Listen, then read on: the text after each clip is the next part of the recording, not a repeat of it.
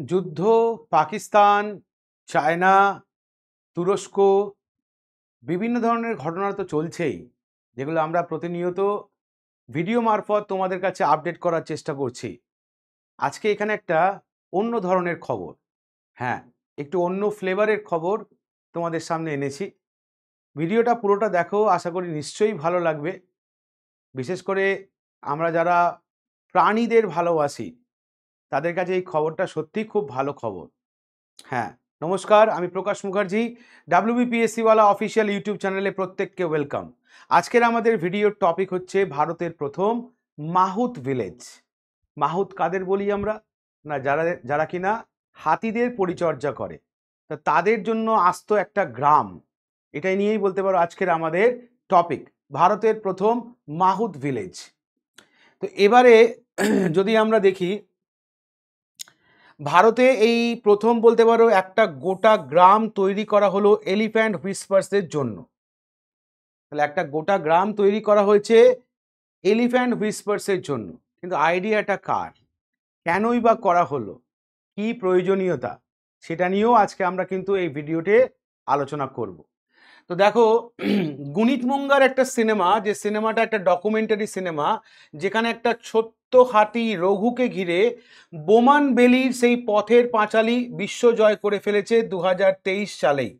বরং এবারের উচ্ছ্বাসটা বোমান বেলির মতো সেই মাহুতদের জন্য, যারা আড়ালে থেকে সারাটা জীবন কাটিয়ে দেয় দলছুট পরিত্যক্ত মাহারা ছোট্ট হাতিদের বড় করার মন্ত্র নিয়ে। তাহলে বোমান বেলির তৈরি করা একটা সিনেমা, যে সিনেমাটার কনসেপ্টেই বলতে পারো এই পুরো ভিলেজটা তৈরি হয়েছে। যে ভিলেজের মাহুতরা যে সমস্ত দলছুট হাতি বা বলতে পারো বাচ্চা হাতি, মা হারা হাতি, তাদের ছোট থেকে বলতে পারো বড় করে তোলে। জীবনের সারাটা জীবন বলতে পারো সেই সমস্ত হাতিদের পরিচর্যায় কাটিয়ে দেয়। সেই মাহুতদের জন্যই বলতে পারো আস্ত একটা গ্রাম সম্প্রতি তৈরি হয়েছে, এবং সেই গ্রামটা নিয়েই আজকের এই ভিডিওটা। এমনই বসতি যেখানে যাতায়াতের রাস্তাগুলোর নামকরণ হয়েছে হাতিদের নামে। মানে হাতিদের নামেই বলতে পারো কি না, বসতির রাস্তাঘাটগুলোর নামকরণও করা হয়েছে। শুধু কি তাই, তামিলনাড়ুর মুদুমালাই টাইগার রিজার্ভ এলাকায় 13ই মে যাত্রা শুরু করলো দেশের প্রথম মাহুত ভিলেজ। উদ্বোধনের মুহূর্তে হাজির ছিলেন অস্কার খ্যাত সেই দম্পতি বোমান আর বেলিও। তাহলে সেই অস্কার খ্যাত দম্পতি বোমান বেলির উপস্থিতিতেই তামিলনাড়ুর মুদুমালাইতে বলতে পারো 13ই মে প্রথম যাত্রা শুরু হলো এই মাহুত ভিলেজের, যেখানে রাস্তাগুলোর নাম হাতিদের নামে রাখা হয়েছে। কিন্তু ঘরবাড়ি তৈরি করার প্রয়োজনীয়তা কি ছিল, বা মাহুতদের আলাদা করে ভিলেজ তৈরি করার প্রয়োজনীয়তা কি ছিল, সেটা যদি আমরা একটু দেখি তাহলে মনে রাখবে, হাতির কয়েকজনের নামে কোনো পথের নাম দেবকী ব্লক, কোনোটার আবার মূর্তি ব্লক, নাম ফলকও তৈরি হয়েছে সেই হাতিদের ছবি দিয়ে। তামিলনাড়ুর অতিরিক্ত মুখ্য সচিব সুপ্রিয়া সাহু জানাচ্ছে, গ্রামের বাড়িগুলো কেমন দেখতে হবে সেই গঠন শৈলী থেকে শুরু করে বাচ্চাদের জন্য খেলাধুলোর কি কি সরঞ্জাম থাকবে, সবটাই চূড়ান্ত হয়েছে মাহুত ও কাভারিদের পরামর্শ মেনে।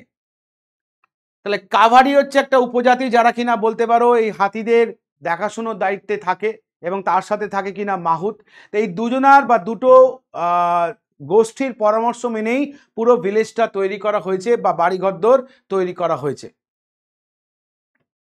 যেহেতু টাইগার রিজার্ভ এলাকায় এই হাতিদের ক্যাম্প এবং নতুন গ্রাম, তাই মাহুত ভিলেজকে ঘিরে দেওয়া হয়েছে বিশেষ এনার্জাইজ ফেন্স দিয়ে।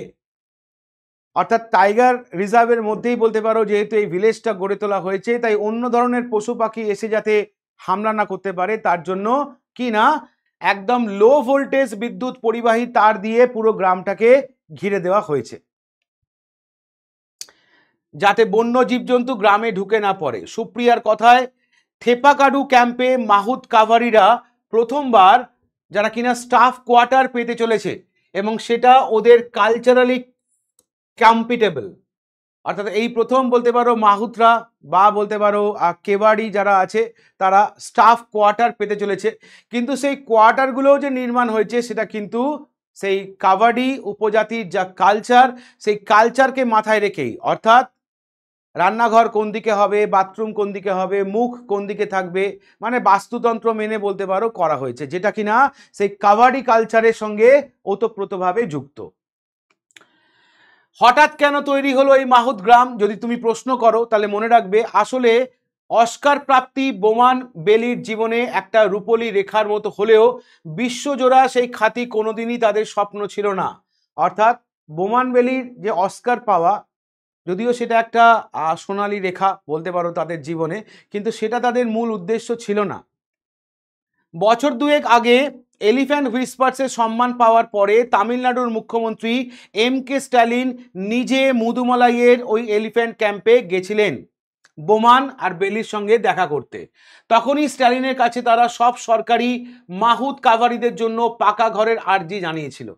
তাহলে বছর দুয়েক আগে কিনা তামিলনাড়ুর মুখ্যমন্ত্রী স্ট্যালিন যে কিনা দেখা করতে গেছিল কিনা এই বোমান বেলির সাথে, তখনই বলতে পারো তারা এই মাহুতদের থাকার জন্য কিনা বাড়ি বা ঘরের দাবি জানায়। তারা বুঝিয়েছিল যে প্রজন্মের পর প্রজন্ম যারা হাতিদের জন্য গোটা জীবনটাই বিলিয়ে দেন, তাদের পরিবারের মাথা গোজার নিশ্চিন্ত ঠাঁই খুব প্রয়োজন। বোমান বেলি সেই স্বপ্নের ফসলই নতুন মাহুত গ্রাম। তাহলে বোমান বেলি বলতে পারো গভর্নমেন্টকে কনভিন্স করতে সক্ষম হয় যে যারা মানে প্রজন্মের পর প্রজন্ম বলতে পারো বছরের পর বছর এই হাতিদের দেখাশোনার কাজে কাটিয়ে দিল, তাদের নিজস্ব একটা মাথা গোজার জায়গা তো থাকতেই হবে, এবং তারই ফসল হচ্ছে কিনা এই মাহুত গ্রাম। তো শুধু কি এই একটাই মাহুত গ্রাম হচ্ছে না, সুপ্রিয়া জানাচ্ছে এটাই শেষ নয়। দ্বিতীয় এলিফ্যান্ট ক্যাম্পটি রয়েছে কোয়েম্বাটুরের কোরিকামুদিতে। সেখানেও 27টি হাতির দিনভর পরিচর্যা করে মাহুত কাভারিদের 45টি পরিবার। তাদের জন্য তৈরি হচ্ছে মাহুত গ্রাম এবং সেই কাজ এখন শেষ পর্যায়ে। তাহলে আরও একটা বলতে পারো কিনা মাহুত ভিলেজ তৈরি হচ্ছে কোথায় না কোয়েম্বাটুরে, প্রায় শেষের দিকে চলে এসছে কাজ, হয়তো আর কিছুদিনের মধ্যেই এটা তৈরি হয়ে যাবে। তো তামিলনাড়ু, কর্ণাটকা, কেরালায় যেখানে আমরা বিশেষ করে দেখতে পাই যে হাতিকে বিভিন্ন রকমভাবে পুজো করা হয় বা দেখাশুনো করা হয়, তাই না, বা ভারতবর্ষের একটা ম্যাক্সিমাম পোর্শন বলতে পারো হাতি যে কিনা সেই জায়গাতেই বসবাস করে, এবং হাতি হচ্ছে আমাদের কিনা ন্যাশনাল হেরিটেজ অ্যানিমালও বলতে পারো এলিফ্যান্ট।